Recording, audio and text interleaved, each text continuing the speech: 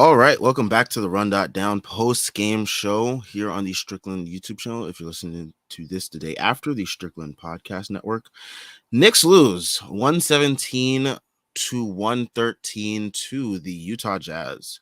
Before we get into all of tonight's stupidness, all the major sports are in action this week with the college football playoffs ready to kick off. BetOnline is your number one destination for all your sports wagering info, including all news for pro football, the NBA, upcoming fights, and NHL this season.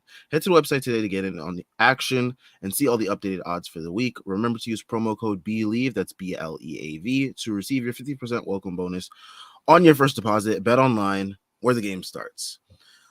All right, I think this is easily by far the worst loss of the year so far. Absolutely BS game, BS rotation. You know, Jeff kind of tagged me in something before the game about how, luckily enough, we were blessed to be graced with Lauri Markkanen's return and him and Walker Kessler's first game together since November 4th. So, like, that's over a month they haven't played together, and they finally joined forces tonight. And Lauri Markkanen really lit us up early on in the game, 23 points. Colin Sexton lit us up. Taylor Horton Tucker lit us up. It was a game. But yeah, I mean, this was a pretty brutal game, especially rotation wise. And I think that'll be the main topic of our discussion tonight. Just absolutely ridiculous that, I mean, I'm going to start it off. I mean, Josh Hart gets almost double Emmanuel Quickley's minutes tonight. No, Quickley was on a minutes limit. He's on a minutes limit, apparently. So, yeah. That's right. I love how everyone just like automatically believes like the Knicks would do a minutes limit all of a sudden. No, of course it would. Yeah, of course. Yeah, like they've never when have they not done that before? When have they not done that before? They've never done a minutes limit, and tonight was the first night they were like, "Hey, let's consider the health of Emmanuel Quickley." Schwinn, you have a really good memory for this stuff. While we're on this, and while we're talking, who were some other major injuries? I'd actually like to research this. There was Brunson last season. Brunson came back. Did he have a minutes limit? No. Yeah, no. I'm gonna check. Is there anybody else you can think of that I should like? Just Brunson? I cannot tell you a single player that came back on a major injury or any type of injury and had any type of total discrepancy in their minutes like this. And there's nothing based on his rotations tonight that would tell you that it's about a minutes limit more than it is about this fucking guy's pre-designated rotations. So to Schwinn's point, just to follow up on Schwinn's point, Jalen Brunson had a couple of multi-game stretches last season where he missed time.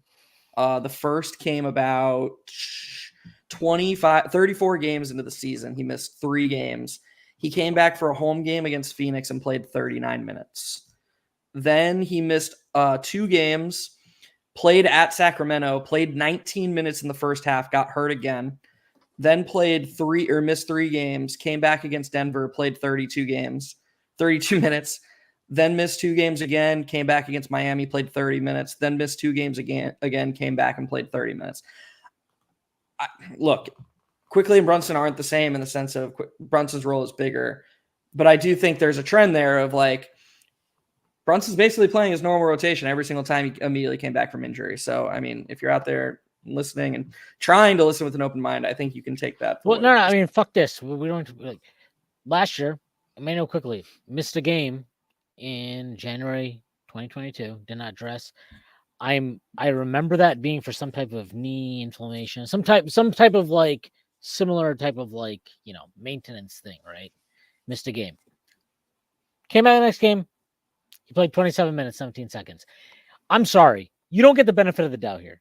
Tibbs does not get the fucking benefit of the doubt on a fucking minutes limit. Give me a fucking break.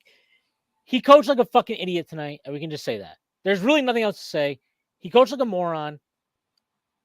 He basically pulled Quickley at the same time he pulled RJ because RJ missed a dunk where he could have just dumped it off to Hart for a layup. Like, was an option for him. Go back and watch the play. I mean, I don't remember if it was Hart or if it was Grimes. I'm pretty sure it was Hart. He coached like an idiot tonight. And at no point... It was Hart, by the way, Schwen. Sorry. Yeah. And at no point in this game was he proactive about his approach. He had a game tonight. Yeah. Was Markkanen back? Sure. Markkanen got an actual minutes limit tonight of 25 minutes. I would love to go look at the box score. I will go look that up right now. I am going to guess that Markkanen did play 25 or less minutes. He played exactly 25. Played exactly 25 minutes.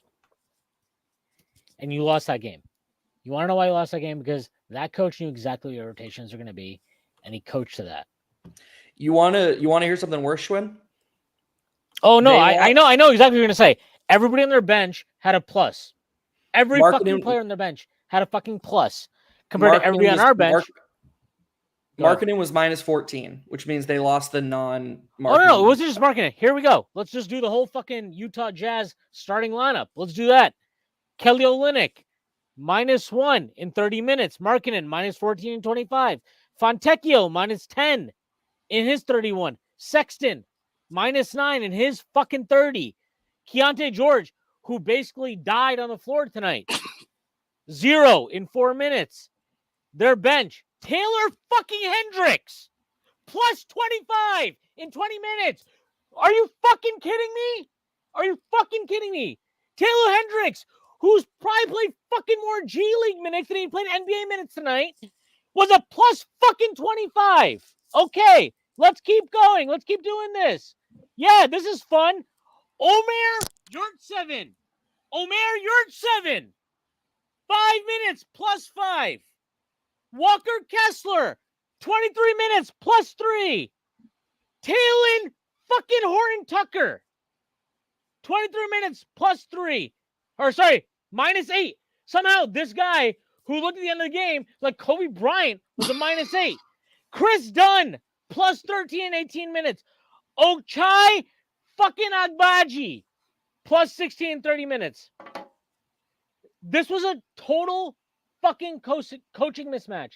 And I don't even think Will Hardy's that good of a coach. I really don't. I really don't. I've watched enough of the Jazz at the end of last year and the start of this year. I think he's a fine coach. I don't think he's a bad coach. He should not be outclassing you like this. And this was totally being outclassed. This was being completely mismanaged the entire game. He knew exactly what the Knicks rotations are going to be, and he coached against that. This was pathetic. And this was pathetic very specifically. Yeah, you want to single out specific players? Fine, go for it. You want to say RJ Barrett had a terrible game? Go for it. You want to say Jalen Brunson had a terrible game? Go for it. You want to say Josh Hart had a terrible game? Josh Hart, what was he? Fucking 0 for 78 for 0 points, whatever the fuck it was. 30 minutes. Yeah, fine. You want to say that? Go for it. This was a coaching loss. This was a pure and simple coaching loss to me.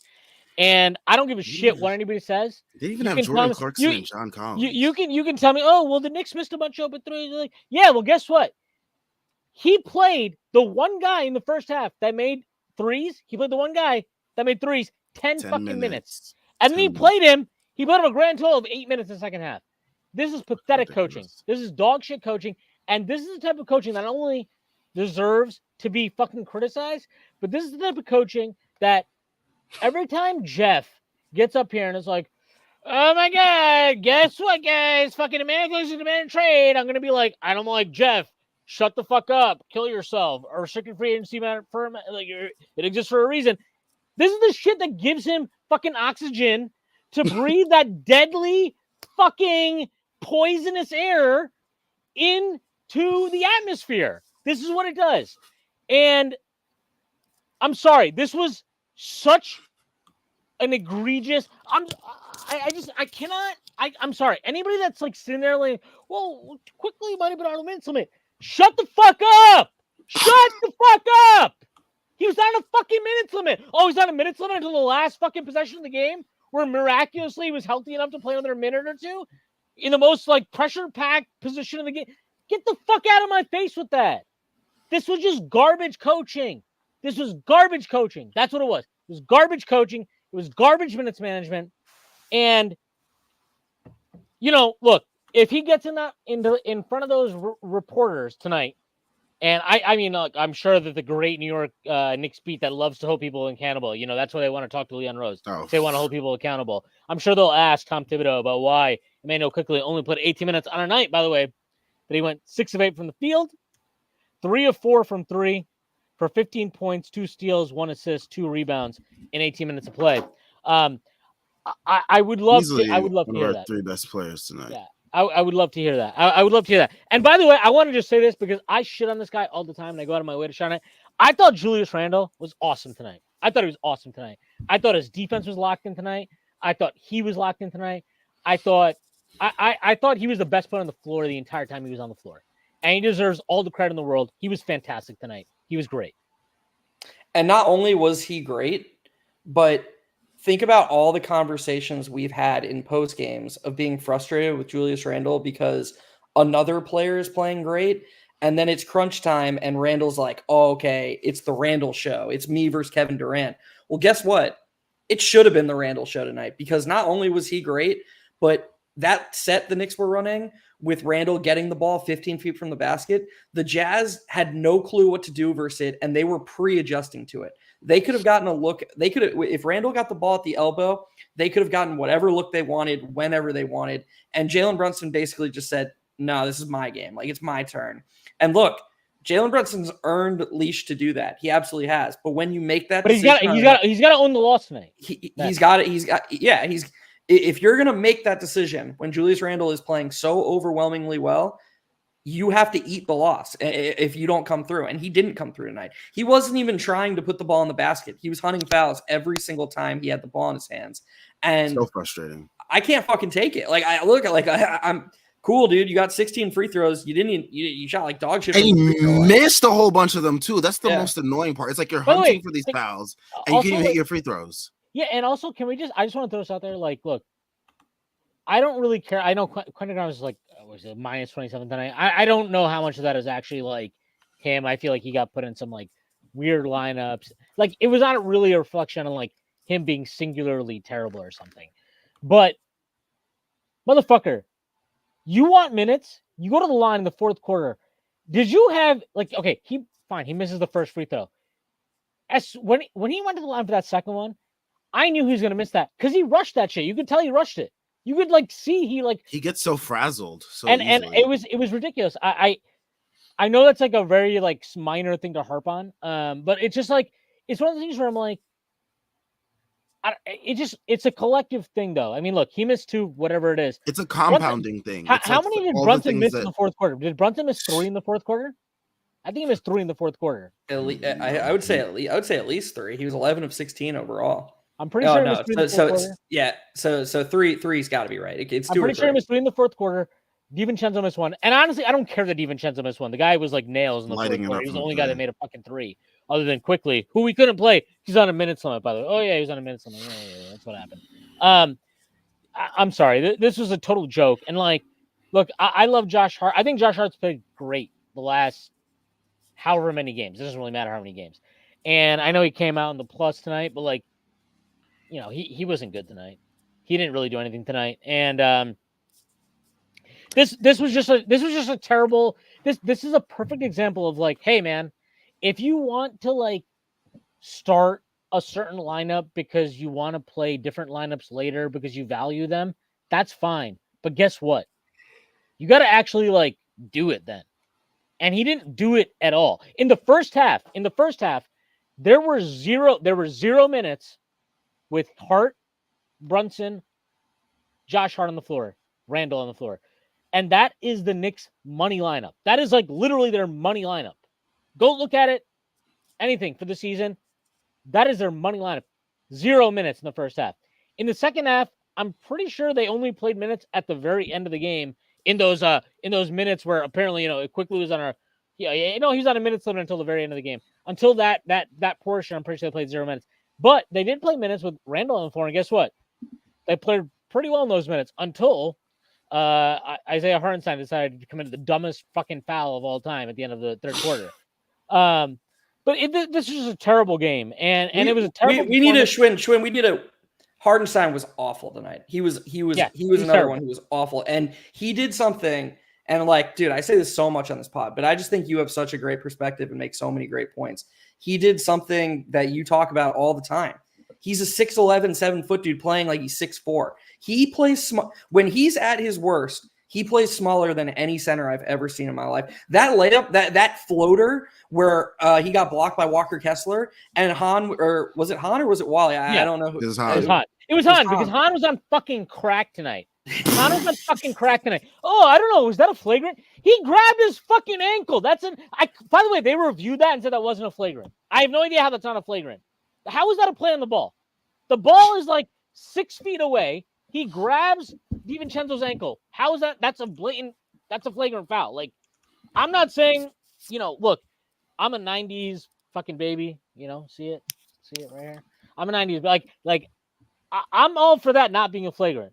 But by, Sam's beautiful, all black hair, facial hair going on there, his generation, that is a flagrant by that generation. Yes, definitely. That's a flagrant. How the fuck is that? And this is a fucking MSG broadcast. Get the fuck. I hate when they try so hard to be objective. It's like, no. Why are you be a homer for once? It's not even being a homer. Just know the fucking rules, man. Know the fucking rules. This isn't hard. That is a fucking flagrant foul. And for them to not call that a flagrant, shout out to Zach Zarba, who's probably going to the fucking same school that Tim Donahue went to. Congrats to him. Well, of course he is, because Scott Foster's still a fucking ref. How that wasn't a flagrant is beyond me. But I'm not going to sit here and blame the officials. The Knicks did not lose the game because of the officials. The Knicks did not lose this game because of officiating. The Knicks lost this game because our coach like an asshole, and Jalen Brunson and RJ Barrett. So that, RJ Barrett, both those guys play like assholes. It is as simple as that. I don't think it needs to go. Yeah, I agree with you, Jeff. Isaiah Hartenstein, terrible performance. But even with that, if Jalen Brunson and RJ Barrett don't play like gigantic fucking assholes, they win this game. And RJ Barrett, that dunk he attempted and missed, you can't miss that. I'm sorry. If you go up for that there and you pass up you don't pass the ball to Josh Hart, I'm fine with that. You don't need to pass Josh Hart. Guess what? What you got to do? You got to finish off that attempt. And he didn't do it. That was a joke. And he was terrible the entire night. I thought his defense was actually okay. I didn't have a problem with his defense tonight at all. But his offense, he had no legs. And, if you want to sit there and tell me, it's one of those, I know playing in Utah is weird. You're at altitude. It can be a tough first game on the road. I get that. Losing this game the way they did was a joke. And that falls on Tibbs, and that falls on Brunson, and that falls on RJ Barrett. Those three were so culpable in this defeat that I don't think there needs to be much more of an analysis beyond them. They were pathetic. And to your point, Jeff, about Brunson became so much more interested in trying to draw fouls down the stretch of the game than making shots. And crying to the refs too, for every single thing. There was that one where Walker Kessler blocked him, right? And he was bitching. I'm like, that's just a good, there's nothing to bitch about. You got blocked. That was a clean block. There's nothing to bitch about. So that's what it was. I just want to say, hold up. Mitch 100 AGM. Shut the fuck up. Shut the fuck up. Nobody is saying this. So everyone was horrible, but quickly. No, nobody's fucking saying that. Shut the fuck up. Do that. Do me a favor and shut the fuck up. Do us all a favor and shut the fuck up. Jesus fucking Christ. Yeah, that's accurate. Another thing we've talked about on this post game. Oh god, all right. It's tough to talk after something like that. Another thing we've talked a lot about on pods in this post game is, and this goes back to Tibbs and it goes back to Josh. I'm sorry, Jeff. That's not what I just fucking said. Are you fucking kidding me? What I just said is that Tibbs sucked, Brunson sucked, and RJ sucked, and nothing else needs to be said. What the fuck are you talking about? Go away. Shut the fuck up. Shut the fuck up. Holy shit. Shut the fuck up.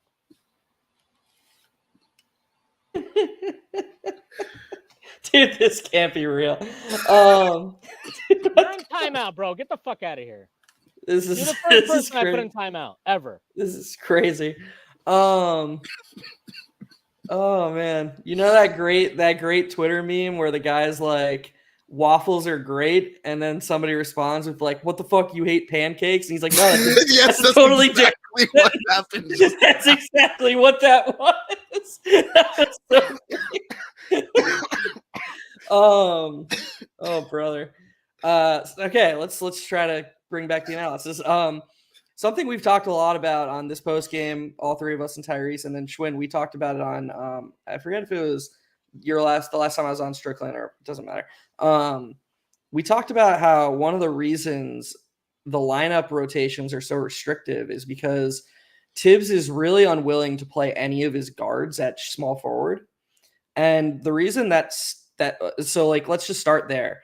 If Grimes, Quickly, and DiVincenzo are all restricted to either playing point guard in Quickly's case or shooting guard in all three's case, with Brunson playing 36 to 40 minutes a night, there's 60 minutes left available for three guys that all are in the rotation. So like right there, you're just fucked. Like, how is somebody going to play even 30 minutes? You're leaving 30 minutes for the other guy. You're done.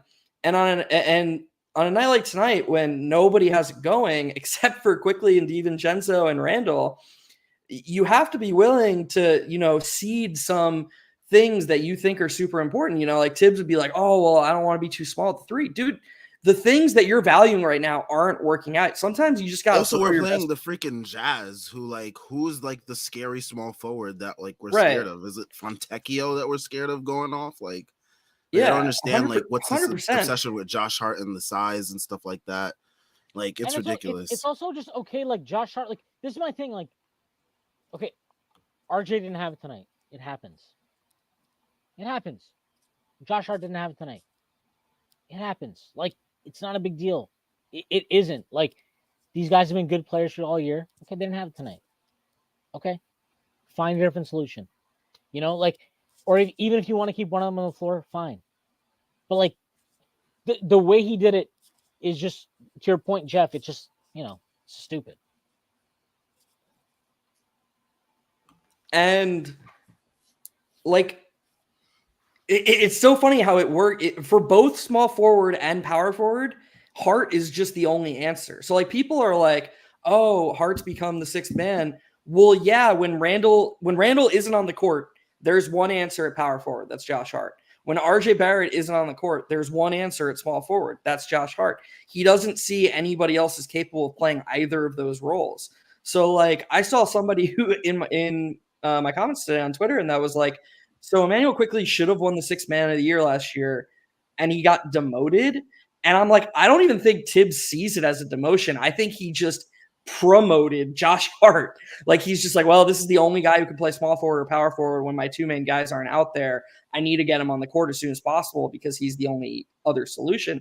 And it's like, no, that's not true at all. Grimes can play small forward. DiVincenzo can play. Like, he was playing small forward in lineups on the Warriors last year. These things are fine, especially with how DiVincenzo and Quickly rebound. It's okay and how switchable they are defensively, and especially how DiVincenzo was rebounding tonight. I mean, he was great on their boards tonight. He was great, and quickly got that huge offensive rebound to set up Brunson for the tie. Dude, I can't believe I missed that tonight. Yeah, right. I don't believe in any of these like conspiracy theories. I like the whole like, oh, MSG is out to get Quickly. But with Han watching that replay and being like, the Knicks don't get that steal if DiVincenzo does it, and I'm like, dude, you're watching Quickly strip the ball. Like, you can't even say his name. Like, stuff like that. I'm just like, are we sure? Han has no idea what he's watching. This is the same guy that fucking died for us to like trade for Russell Westbrook a couple years ago. So. That's no good. That's yeah. I'm going to continue to think that the Knicks rotation will be extremely limited if they only see three guys as threes and fours. Because if Hart, RJ, and Randall are getting all 96 of the small forward and power forward minutes, you're leaving an extremely limited amount of minutes for three guys who can be really important to your team. It's the three best spacers on your team. And you're basically saying, yeah, you guys get 60 minutes. Like, you guys get 60 minutes, and then Brunson, Hart, RJ, Randall, you guys are going to get like double that, which is, that doesn't make sense to me. I don't think that's the best version of this team, and I think it's really hurting them right now. Jordan Bub, we will never see small ball lineups. In 2K, Jeff Dibbs will only use it when it is too late. Yeah, no, I agree with that, Jordan. And man, shout out to Jordan. He's always like sharing our stuff. He's one of my favorite people on here. He's so supportive. I agree, and I don't even know if Tibbs is necessarily wrong. I just don't consider a lineup of like Brunson, Quickly, Grimes, Randall, and a center small in today's league. To me, that's like almost big. Look at, like I know the Celtics are special, but they're doing stuff like Tatum at the 4 with Al Horford at center and then 3 guards 1 through 3. Like I just think that the Knicks, I think there's more meat on the bone and there's a higher ceiling here, and we don't know it because we haven't been willing to realize too restrictive. It. Right. I feel like we're complaining about a lot of the same things that we complained about in, I want to say 2022. When we were, because like I remember in 2022 we were asking for like all these different lineups. So like, hey, trying out, try IQ, Burks, RJ, and like someone else with like, a center and see how that lineup goes. Like, stuff like that. It's always gonna be a problem with this coach because of the pre-designated rotations. And I think with DiVincenzo being here, while he has added a new element, he's also forced Thibs, to be restrictive with the guard rotation, unfortunately. Yeah, that's a great point. I don't have a better answer than that. I wish I did, but I'm extremely positive that almost every other coach would be a little bit more liberal with letting these guys, like running some of these 3 guard lineups. And I think it could really unlock some things for the Knicks.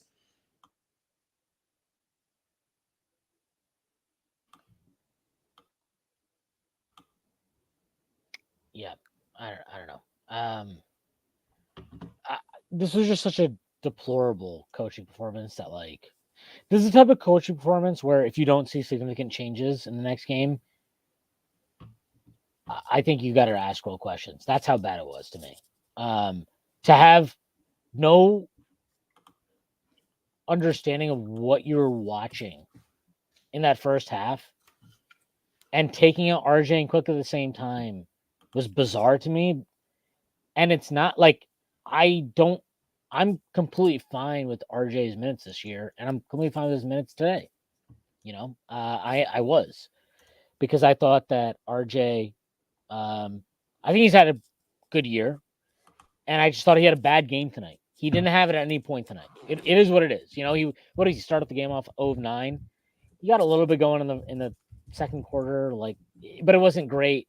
He misses that dunk, which again, we don't need to relive it again, but that felt like a really big momentum shift. And then, I think they scored on the other end. They might have made a 3, and then he called a timeout. And it was like he took Quick and RJ at the same time. And I'm like, how are you watching this? And your takeaway is that both these guys need to come out right now. I didn't understand that. And not just that did I not understand that. It was like, okay, you want to take out 2 guys, fine, but Hart staying in though, because why? What's the I didn't get any of that. And again, it just robbed you of any chance in the first half of playing your best 3-man lineup, which is Brunson, Hart, Quickly. Again, and he constantly chooses to do this. This is a conscious choice at this point. And I don't want to hear about the minutes. I don't want to hear about the minutes limit because I don't fucking believe it exists. There's nothing in his past as the coach of this team and how we've handled injuries to indicate that exists. So, I don't know. This is a really, really frustrating game for me. I'm sure it's frustrating for a lot of people, but I want to make it very clear. For me, coming out of this game, I'm not oh, RJ needs to have his minutes cut. And it's not about that. It is about hey, can you actually adapt in game to what the fuck is going on? Because today was a perfect example of him. Not at all. This was hey, this is what I'm going to do. And he did it. And that was it. And even when he pulled Quick in the second half, I'm like, what was that for? What did he get pulled for? I don't know. Because I would know the answer, by the way, Tibbs. I know Jason. exactly what it was. Because Taylor Horton-Tucker made like a leaning fucking Yep. floating jumper off the glass off him that one possession. That's what it was. It's such a biased and what's the better word? Basically, you're looking for what you already believe to be true. Basically, the reason Quickly doesn't have a bigger role is Tibbs doesn't like his size. He thinks he needs more size at point of attack. So when Quickly gets burned or when somebody makes a tough shot over them, like Taylor Horton-Tucker's one-handed hook shot, that to Tibbs proves like, oh, okay, yeah, he's just not big enough. We need more size there. But then he comes out and Grimes gets burned by Taylor Horton-Tucker immediately, and it's like, how does that?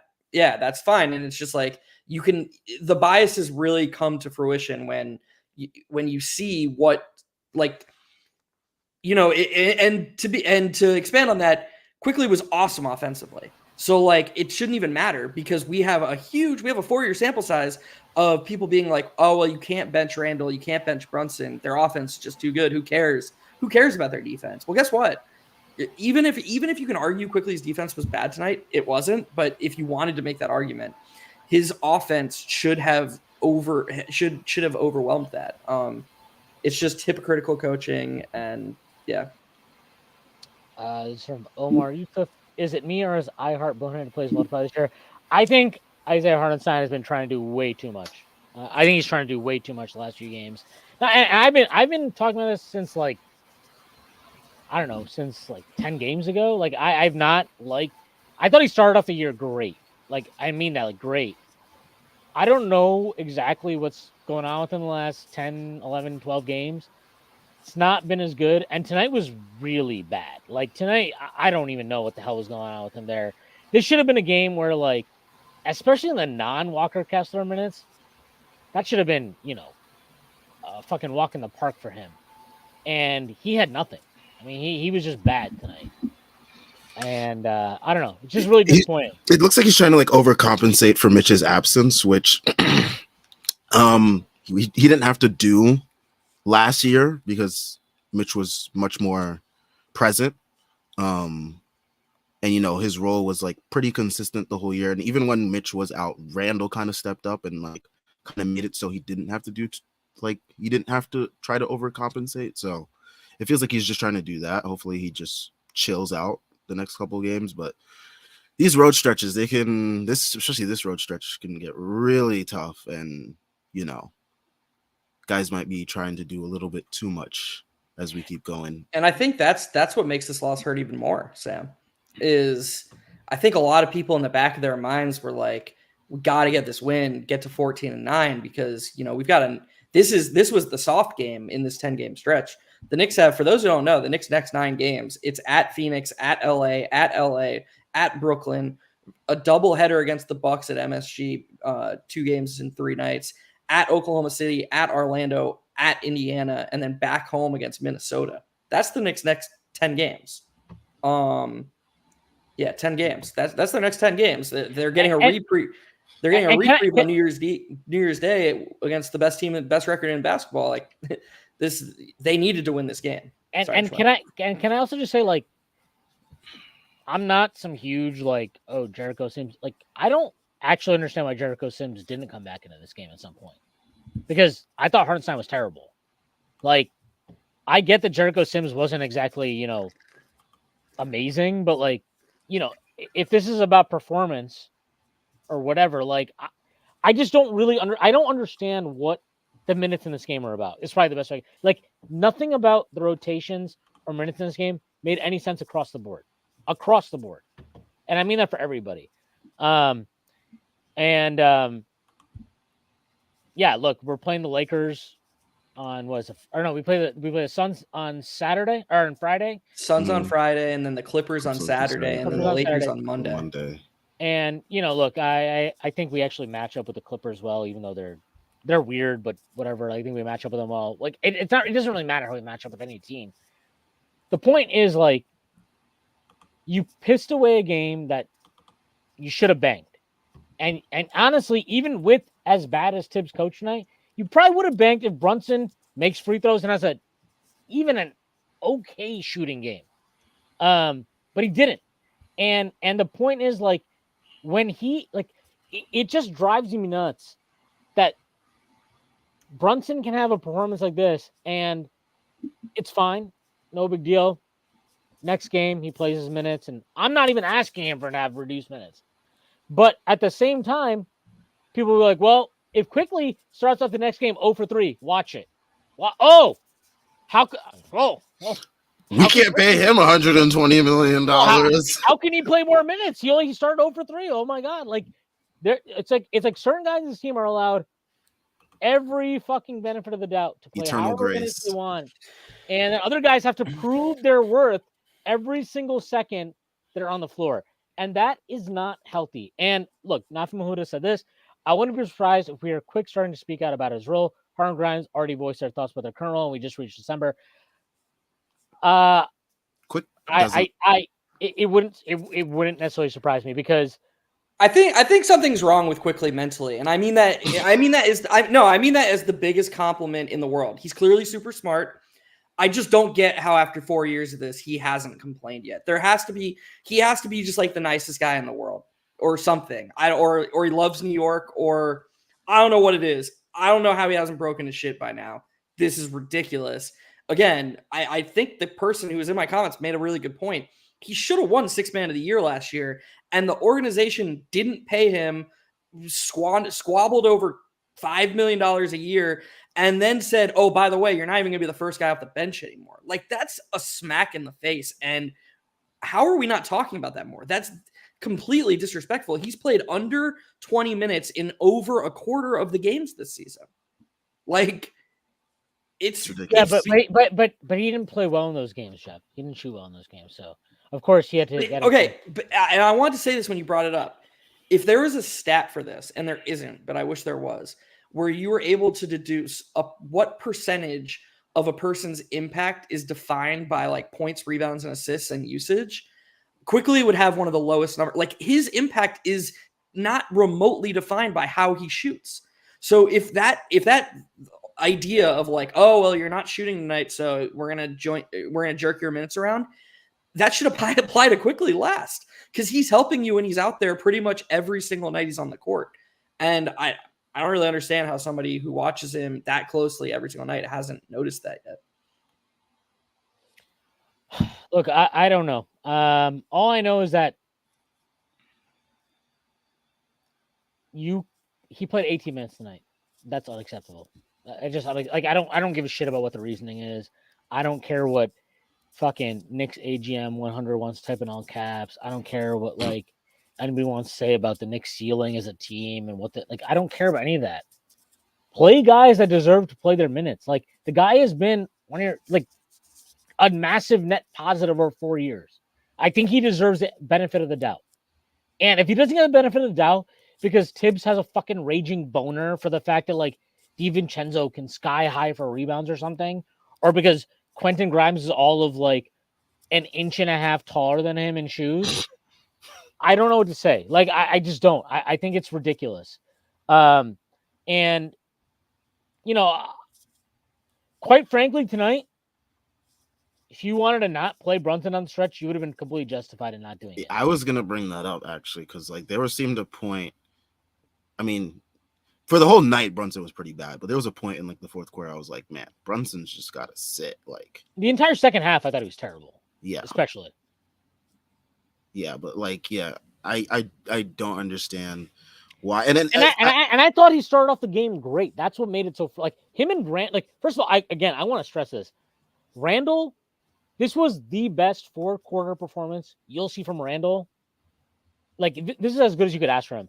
I thought even there was like a couple of possessions where he fucked up on Markkanen, but like, look, Markkanen's a tough cover. You're gonna fuck up a couple possessions, but for the most part, he was on him. I thought Randall was great tonight. I mean that. Like, I thought he was really, really good. There are nights like, you know, that last game against fucking Toronto, everybody was like, oh my God, what an amazing Randall game. I wasn't that impressed by that because I was like, his defense was atrocious the entire night. This was not that. I thought he was fantastic tonight. Like, truly. Even when he wasn't involved offensively, I thought he was fantastic. He was locked in. He played great. And he played what 39 minutes tonight. This would have been one of those nights where if Tibbs decided to run him 45, I'd have been like, yeah, I get it. Like he was that Yeah, I was good tonight. surprised for how. I mean, it wasn't that long, but I was surprised for how long he did sit him in the fourth quarter when the Jazz were making their run. Like, Well, maybe he's on a minutes limit. oh man.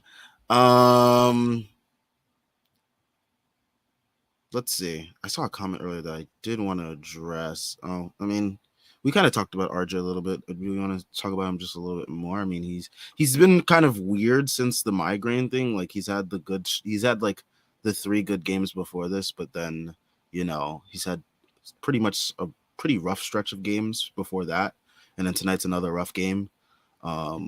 It's really weird to gauge how he's going to be going forward, just because like he was really good to start the year, got the migraine, and then he's been up and down since. So that was a very, very generous interpretation by you, Sam. You must be in a good mood tonight. I'm not. I took a nap before the game, so I'm not as tired and like groggy as I would be if I just stayed up straight since work. But yeah, I'm trying to give RJ some grace that the fans like to give to other players, but not to people like Quickly. So yeah. He took 16 shots in 24 minutes tonight. That's a lot. That's a lot. That's a lot. There's a reason he only played 24 minutes tonight. Not just because his shot wasn't falling. He just wasn't very good at all. I'm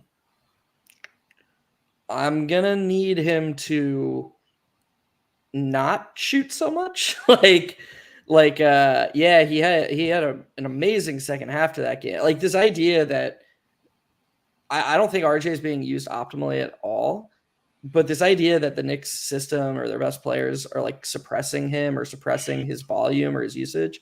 I mean, I wouldn't be surprised if after tonight he's closer to Randall in usage. He's ahead of Brunson. He's getting his touches.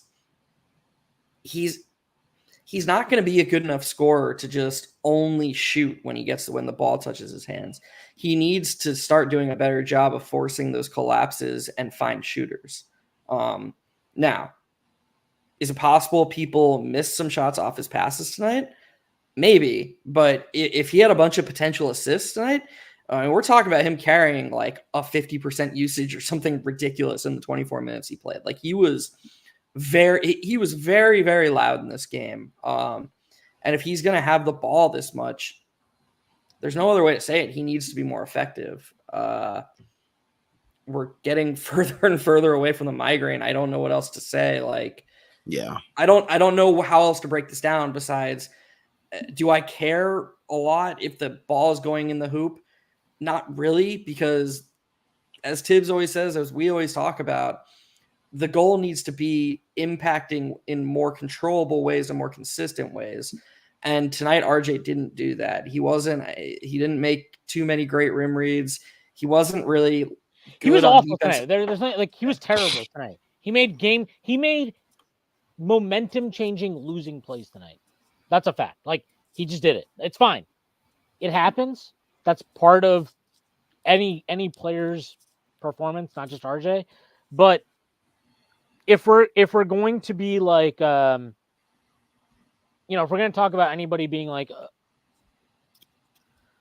a franchise cornerstone, right? Then he needs to be held to that standard. And he was terrible tonight. I mean, there was one play, was it in the second half, where he like drove in and he had a kick out. And he instead took some ridiculous floater. I think it was like a 4-point game at that point, misses it, and they come back and they drain a 3. And it's like, I'm not saying like the 3 was not on him in the sense of like, it's not like he lagged behind, or it wasn't like that. Like, that's been the encouraging part of his performance this year, where it's like, when he fucks up, you're not like, well, he's just standing back there and like not getting back. He's getting back. But you can't ignore the fuck up, right? And it's what it is. He played a bad game tonight. And look, 3 of 16, 9 points, 6 rebounds, 2 assists. Like, that's what it is, like that. You take 16 shots, you take You score 9 points, and the team depends on you. Like if he takes 16 shots, we were expecting him to make at least what, like 16 points. Is that fair to say? Right? Like that. I know it's a very simplistic way of looking at it, but like that wins you the game, right? He didn't do that tonight. He's 0-7 from 3. I don't mind the threes. I thought he took one bad 3. There was one weird movement 3 he took. But aside from that, like, I didn't have a problem with threes. He just didn't make them. But the shots inside the arc, to your point, like, there were a couple of them that were just bad decision making. And then the one that got him pulled was yes. that was just a horrendous, like, to go at Walker Kessler like that when he had options there to not do that.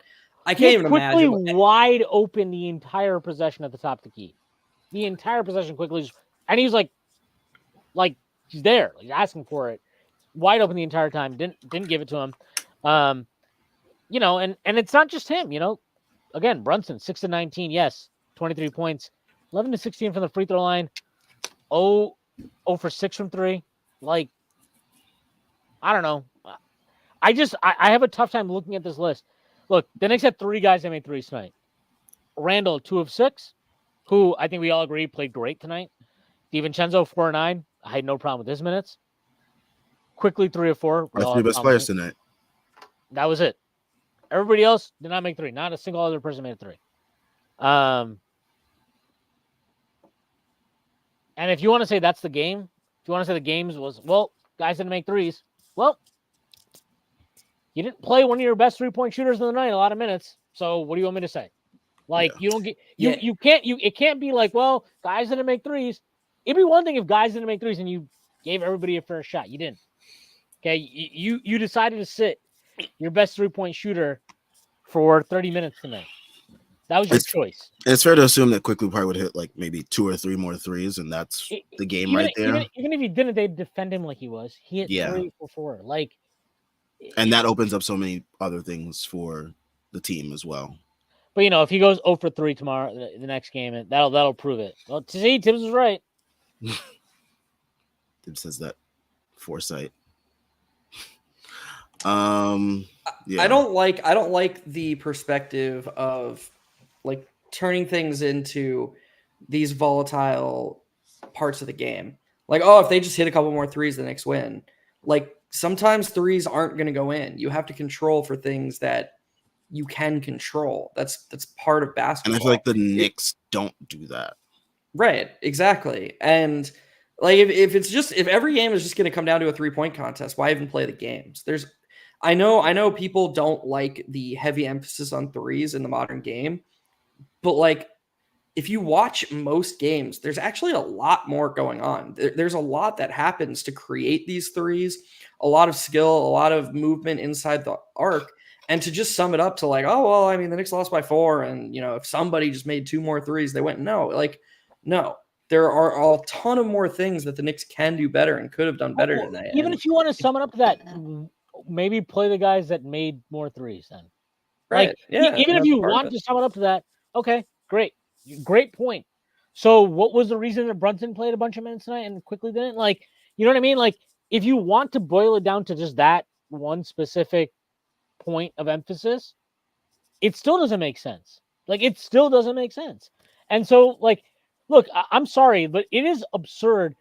I'm like, after that Miami game, we come back from 20 down, and everybody, not just me, not just Sam, not just you, Jeff, not just a bunch of Quicklin people who want to do that. Quicklin people, not a bunch of us who just love Emmanuel Quickly, and all our entire existence is about praising Emmanuel Quickly at everybody's expense. That's apparently what we do here. Like, you had fucking guys in the national, like Doc Rivers, fucking all these guys in the national broadcast, everybody. They were talking about, like, man, this guy is giving them energy that you just, like, all this stuff. How is he losing minutes after that game? How is he losing minutes after the game? It is absurd. Stupid coach. And it is so dumb.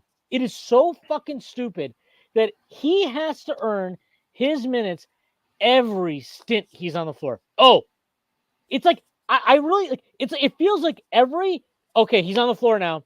If the Knicks don't win this next 9 minutes, that proves Emmanuel Quickly doesn't deserve more minutes. And if they do, this proves It's like, no, like we have a fucking massive sample that says he deserves more minutes. And this doesn't mean that I don't have any issue with RJ Barrett getting his minutes. I don't want, I'll be quite honest. I don't think Jalen Brunson needs to play the minutes he's playing. I don't think Julius Randle needs to play the minutes he's playing. Not because I don't think they're good. I mean, I have my own issues with Julius Randle. My issue with Julius Randle isn't I don't think he's a good regular season player, right? But you don't need to play these guys the minutes they're playing. They can play 2-3 less minutes a game. And that can go to Emmanuel Cookie. That can go to Josh Hart. That can go to Dante DiVincenzo. That can go to Quentin Grimes. Like, you can find more minutes for these guys. We don't need to act like really, I'm looking at this box score tonight, okay? Let me just read the minutes off, okay? I'm just reading minutes off here. Randall, 39 minutes. Completely deserved. Jericho Sims, 18. Brunson, 39. DiVincenzo, 27. RJ Barrett, 24. Hartenstein, 29. Hart, 29. Quickly, 18. Grimes, 16. Really? That was optimal? That was the optimal minutes distribution tonight? Really? Like, that's what we're talking about here? It's a joke. Like, we don't need to pretend like this is acceptable.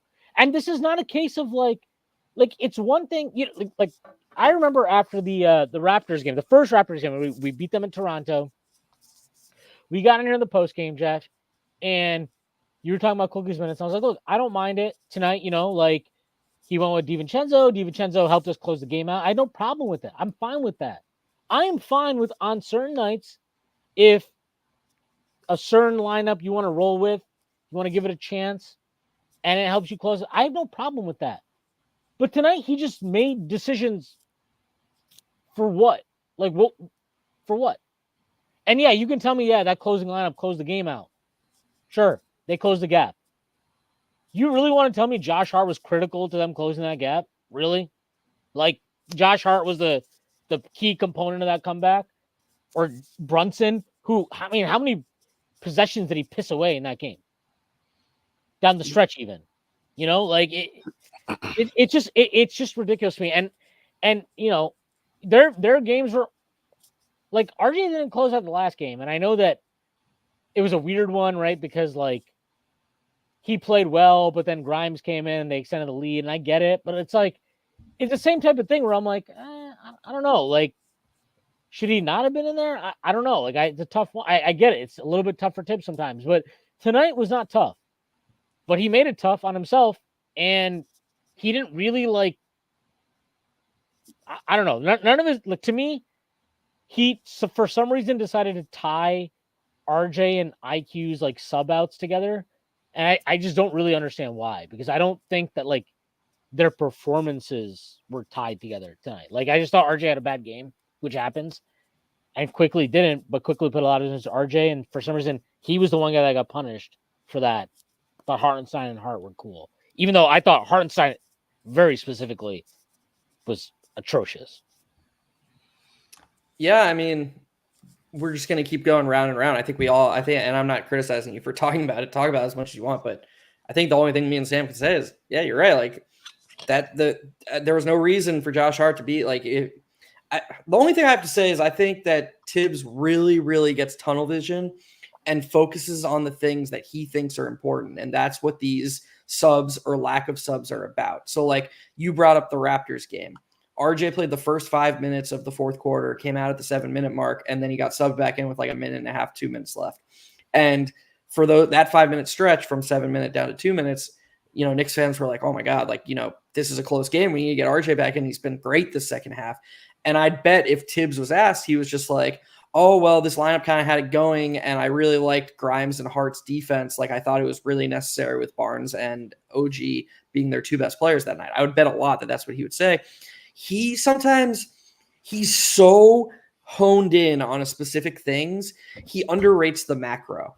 And you brought up another great point where you were just like, okay, maybe some nights Quickly size actually is going to be a deterrent and should, you know, put a cap on his minutes. But in the macro, we have a 4-year sample size of just everything going well when he plays. That has to be more important than some little box that Quickly doesn't check. Like that just has to matter more. And I just don't know if Tibbs is ever going to see it that way. If he's ever going to, like, I bet if you gave Tibbs truth serum, he would argue that some of Quickly's impact numbers and his on-off numbers is manipulated and actually exaggerates his impact. And if he were to go from 25 to 30 to 35 minutes a game, those numbers would get worse. And his numbers look as good as they do because of the role that Tibbs has etched out for him. I actually truly believe that he believes that. Self-fulfilling prophecy. Yeah, that's a great way of putting it, Sam. Yep. Yeah. I mean, it's just like it's a reiteration of all the points that we made a couple years ago when we first started these post games.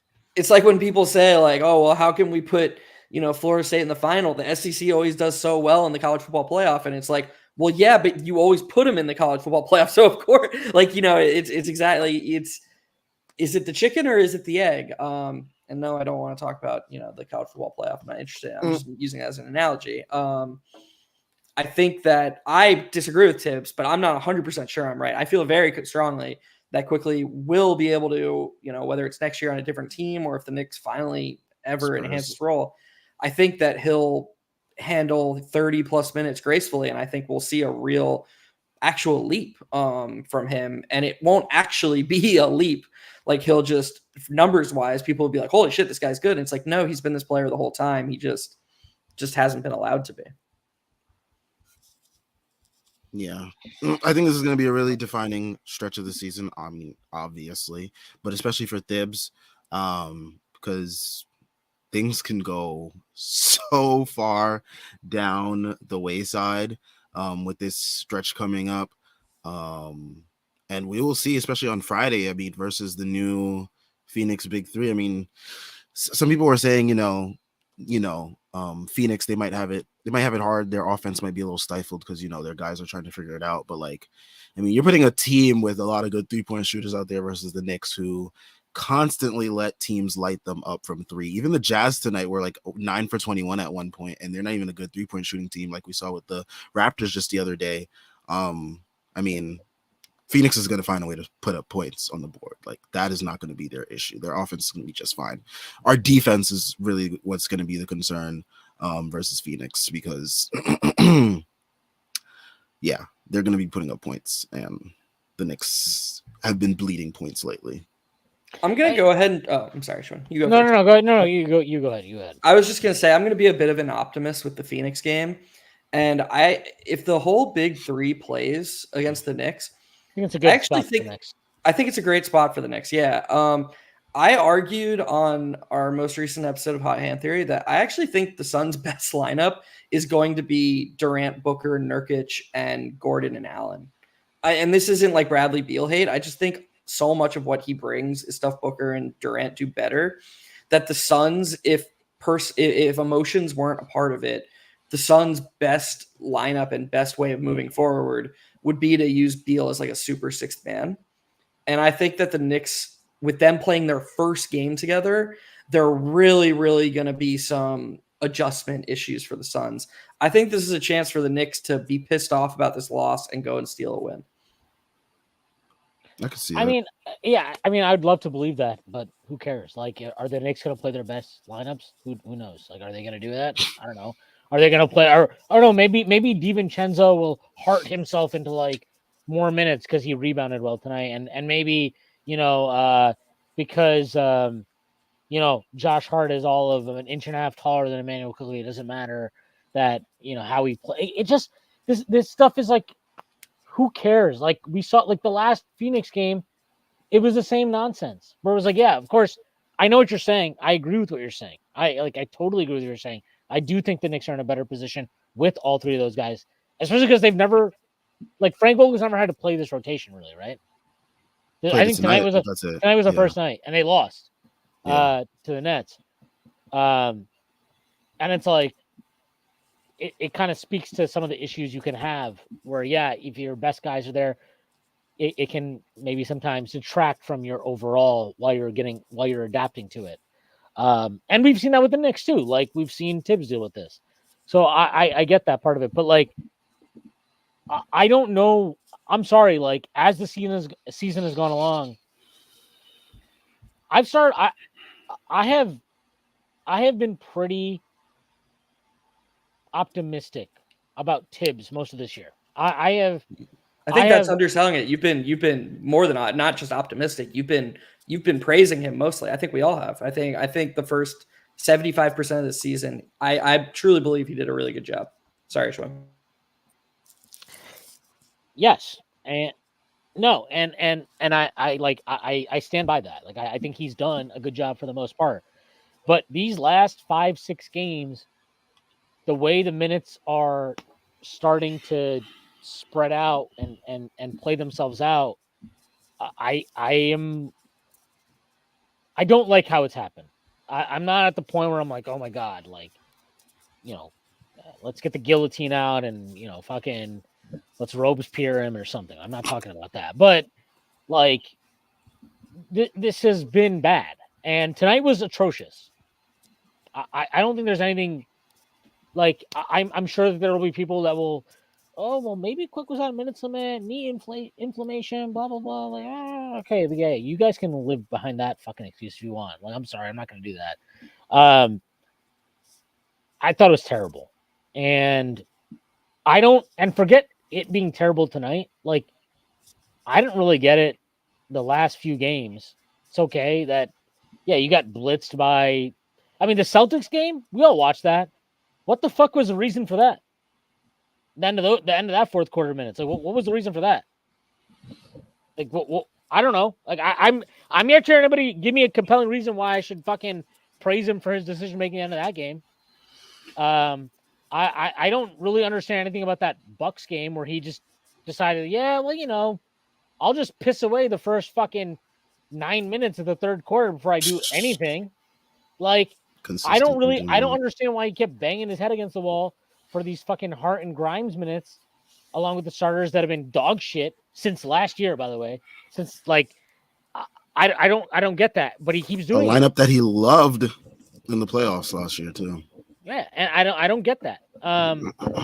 But he wants to do it. That's fine. But I'm well within my bounds as a very, very credentialed podcast host. To criticize him, it's just like I don't know. I don't get it. I don't get it, and I will criticize him for it because I think it's ridiculous. And unfortunately, the more it happens, the more Jeff's disgusting propaganda will gain oxygen. And you make it seem like I enjoy talking about it. I want Mayo Quickly's jersey in the rafters. I don't know. It sounds sometimes I'm like, Jeff, are you getting a little chubby talking about this? I just want him to play Jeff a lot. Wants to see him Jeff wants to see Emmanuel Quickly be a Spur. I really don't want that. I just believe in him, and I think honestly, my perspective comes from being a Knicks fan. I think it's in the Knicks' best interest to play him a lot. Like, and by the way, he's down 24 minutes exactly this year after tonight's game. He was at 28.9 last year. He's at 23.1 his second year. Like, to get a demotion effectively, whether it is or not, like whether it doesn't really matter how Tibbs sees it. It's matter how it's fucking perceived, right? And to Jeff's point, like I don't know, like maybe he's like the nicest human being of all time, but like if I were him, I'd be like, I would struggle at some point here if this persists over the next week or two, and I would really struggle to not go to management and be like, look, like, what are we doing here? Like, either fucking trade me or play more minutes. Like, I don't really care which one, but do one or the other because this is a joke, and it is a joke. Like, what does he have? Like, and I think what makes it more frustrating is like at this point, I don't really know what he has to do to earn more minutes. I don't get like what is like if there was some tangible thing where I could be like, oh well, tonight he played bad off-ball defense, or like tonight he didn't move the ball. Like if there was some tangible thing that I could point to and be like, well, this is what his minutes are attached to, I could understand it. But based on what we saw tonight, I just don't, because I didn't see any of it. Man, it's so weird how this conversation sounds so eerily similar to 2022 when we were on here complaining about his minutes once again with the Alec Burks fiasco situation. And back then, the excuse from fans was like, oh, he can't get to the rim and stuff like that. And like, he was too inconsistent. We've seen a pretty decent, not even decent, a pretty long stretch of games where he's been consistently playing well. No matter what the minutes is, he can drive to the basket. He can finish. He has the mid-range game. The passing is always there. The defense has improved. And we're still having conversations we had 2 years ago about him after he just had a 6-man of the year campaign where he came in, second? Like, man, this is a huge indictment on the coach.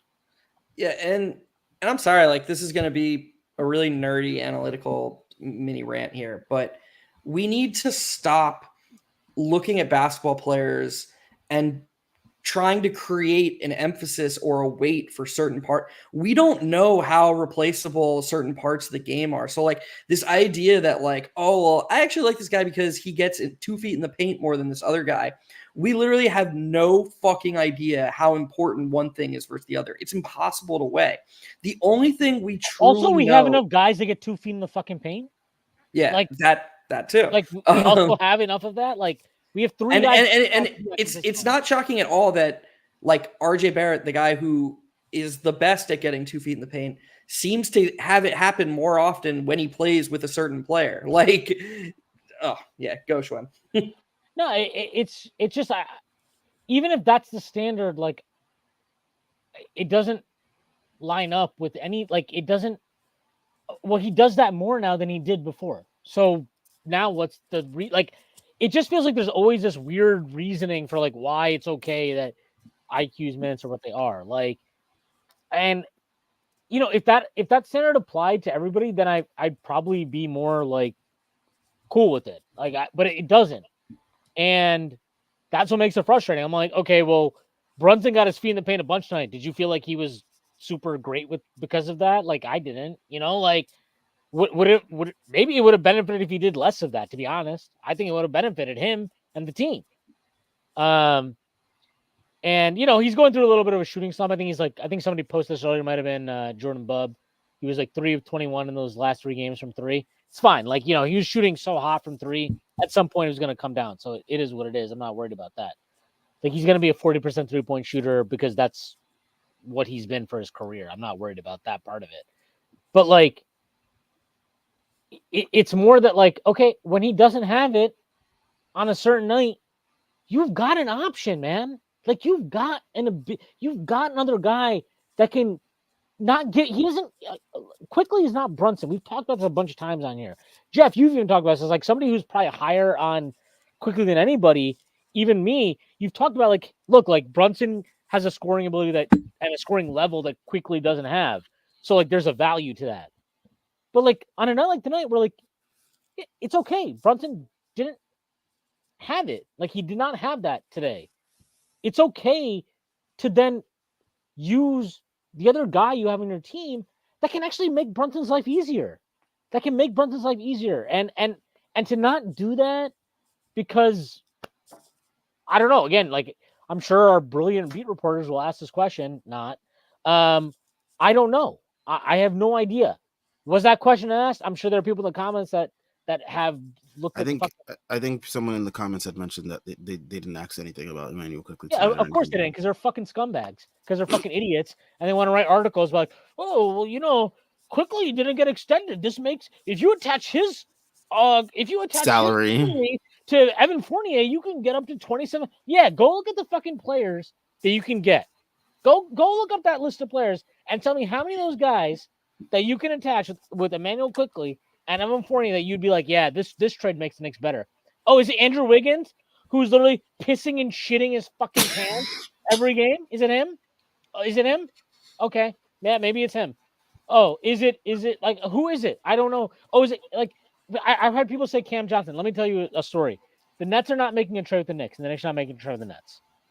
Okay, that's just not going to happen. So whether you want it or not, that's what it is. So and this goes beyond Quickly, right? Like this drives into like some of the stuff we've been frustrated about with Grimes and whatever, where it's just like, it just feels like there are certain guys that for whatever reason they got to prove themselves every night.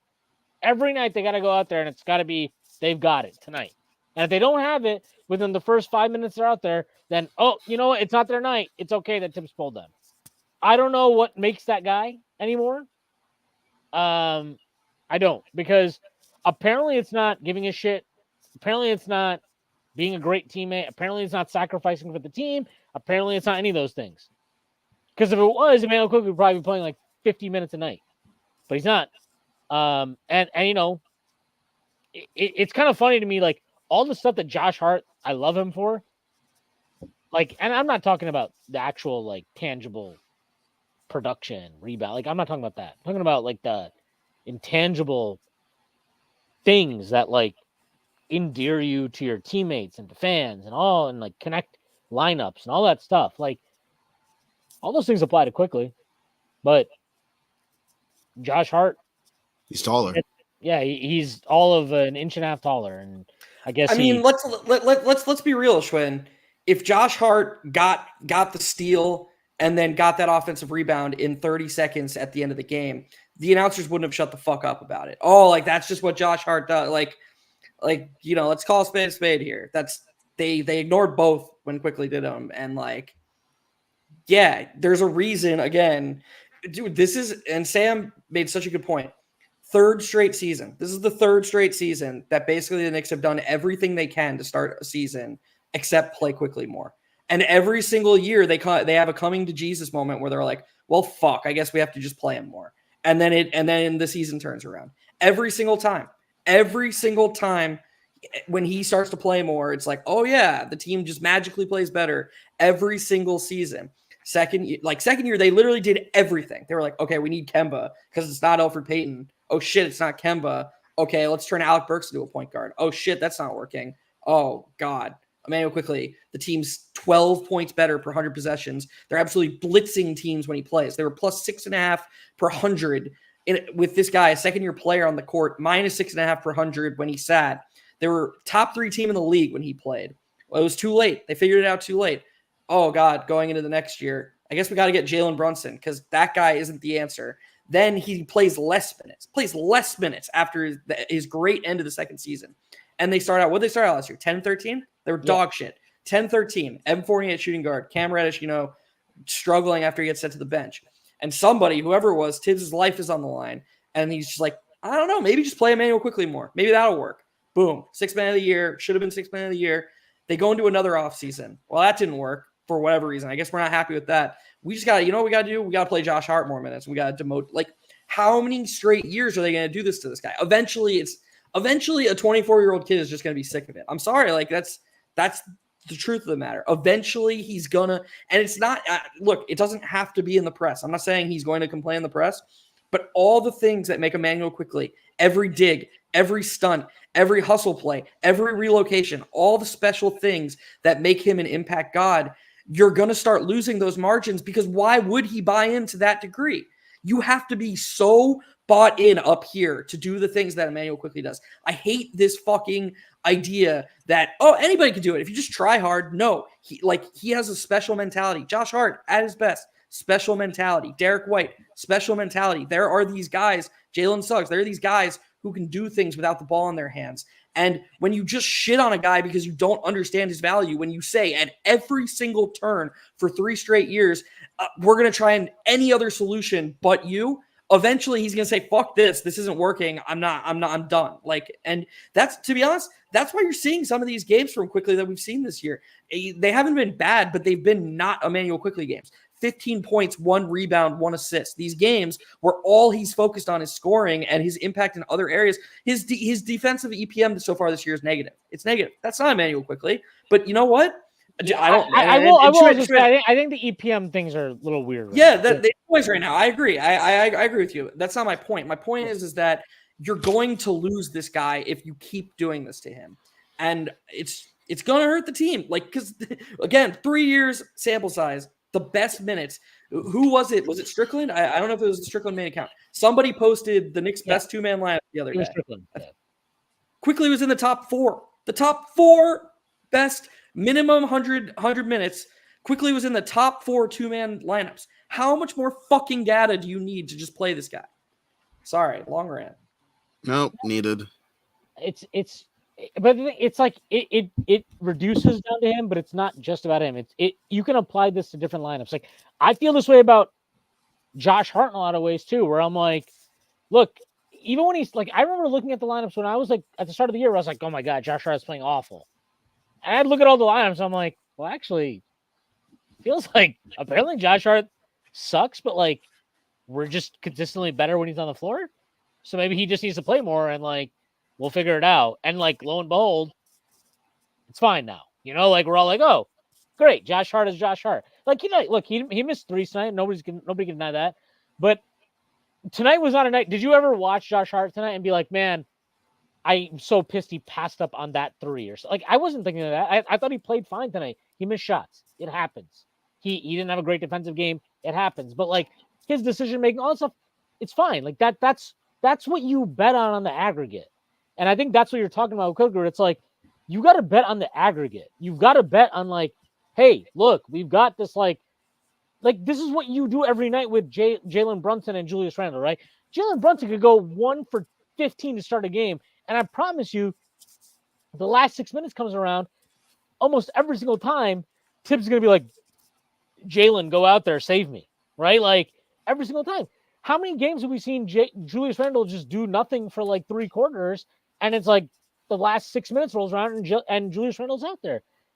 If those guys earns that benefit of the doubt, I just don't get why nobody else does.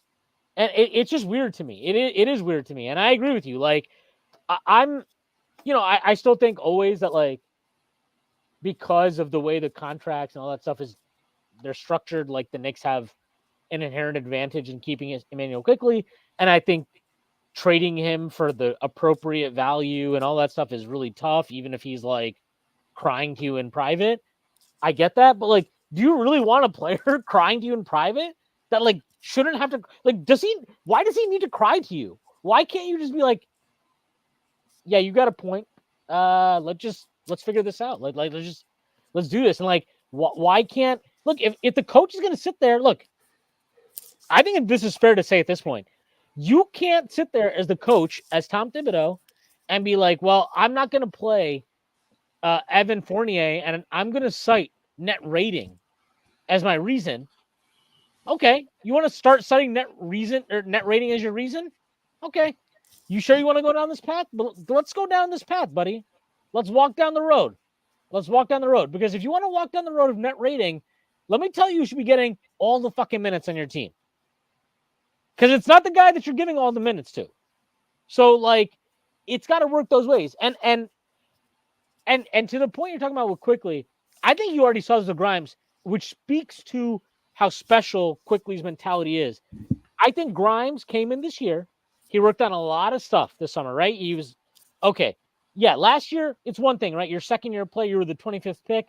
All of a sudden, you're starting, and you're like, okay, I'm bought in. I'm ready to just focus in, lock in on guarding the number one guy in the other team, and I'm just going to take the shots that I'm gifted in these lineups where I barely touch the ball. I'm fine with that. I'm locked in. This is good to go. Okay, you go home, off season. What do you do in the off season as a second-year player, right? What do? You work on your game. You're like, okay, I need to get better at this thing. I need to get better at that thing. And you get excited. Okay, I'm so much better at this stuff. I'm so excited to show this off. And then you come back, and we saw this with RJ. People forget, we saw this with RJ in his third year, his second year under Tibbs, right? Where we signed Evan Fournier, we signed Kemba. RJ comes back, and it's like, okay, but we just need you to, like, spot up, bro. Like, we don't need you to do that much initially. Obviously, by the end of the year, that changed. But, like, we saw this year with Grimes, where it was like, he came back, and it's like, okay, that's cool that you worked on, like, all this stuff with JJ Redick and Penny Hardaway, but we just want you to do the same shit, actually. And also, like, we're not even going to attempt to do much more for you. Act like that. We're not. You're doing the same thing. That's frustrating, and that can affect your concentration. That can affect your effort. That can affect a lot of things. And I think we saw that so much with Grimes. I really do. I think that was a huge part of what fucked Grimes up in that starting lineup for a long time. And so, like, you know, Quickly is definitely a different breed in that sense because of what you just said. Like, he's powered through so much. But eventually, you're not just talking about losing Quickly, right? You're talking about potentially losing a guy like Grimes too. And those, to me, are two guys that are critical to your future. And like I'm sorry, they're not. Yeah, you can tell me, well, Mitch bought into it. Okay, what do you want Mitch to be doing more of? Dribble handoffs. Yeah, you want Mitch to start like fucking taking guys off the bounce? Yeah, Mitch is not capable of more. He's not. That's fine. He's great at what he does. I have no problem with that. But these guys are like especially quick, and maybe Grimes. You know, we haven't really explored it. These guys maybe are or could be capable of way more than you're giving them a chance to, but you don't give them a chance to, and you're also fucking with their minutes. And in Quickly's case, you're talking about a payday year. I'm sorry, like if you and I think like what you're talking about, like where you see more of these games where it's like 15 points, one is like, why do you think that? What do guys get paid for in free agency? What do they get paid for? Fucking scoring. Scoring gets you paid in this league. That's what gets you paid in this league. Not fucking defense, not fucking stunting, not fucking knowing like, oh, I know exactly when to stunt to the nail and get back to the corner. That shit doesn't get you paid. What gets you paid is efficient scoring. And I agree with you. I think there is maybe a shift happening, and maybe he's understanding that, and maybe that's going to continue to happen the way his minutes are. I don't blame him for that. I wouldn't blame anybody for that, to be honest with you. I don't blame Grimes for that. Like, I get why Grimes is kind of in there right now. He's like, I'm just going to launch it up right now. If I get the ball, I'm launching it up. I don't give a shit. Good for him.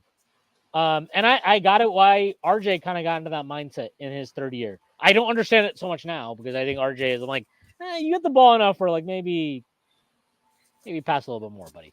But like, you get why guys get into that mindset, and I think it's tough. Like I don't know, it's a tough thing. Anyway, this is a really awesome rundown. I'm so happy we had this cathartic discussion, guys. Yeah. I think we can end things here. Unless Jeff, Sam, you want to hear something that will absolutely shock you? It's going to bewilder you. You're gonna fly from your seat in all of your surprise. All right, go for it. Lauri Markkanen was ruled out for tomorrow night's game. Of course he was. Of course he was. I told you. I said it under the tweet. I was like, a doctor's best medical advice is the Knicks upcoming on your schedule. Guys just always get healthy versus us. Like, you know, whoever's not healthy on the Suns, like Grayson Allen, did he play today? I don't think so. He'll play versus us on Friday, though, probably. His groin will magically fix up, you know, and he'll be ready to go, ready to launch 5 threes versus us. But yeah. They say we're without Eric Gordon and Grayson Allen, so something to watch, Knicks fans. Let's see. Yeah, Friday they're both definitely going to play because Gordon played the last game versus the Warriors, so he'll play against us. Yep. All right, we'll be back on Friday after we take on the Suns. Hopefully, the Knicks can beat the Phoenix Suns big three, the new big three. But yeah, hopefully we just need to play Josh Hart and DiVincenzo more, and we'll be fine. Yeah. But yeah, check out all the links in the description. Make sure you guys leave a like and subscribe. We got links to the site, Twitter, merch. Jeff and Schwinn are both rocking some Strickland merch. And make sure you check out Patreon. Schwinn and Jeff both have shows, Strick and Roll and Strictly NFL. Make sure you check those out. And yeah, we'll be back on Friday. So everyone enjoy your Thursday without Knicks basketball. We all need that break, I think, especially after tonight's game. And catch you guys on Friday. Peace.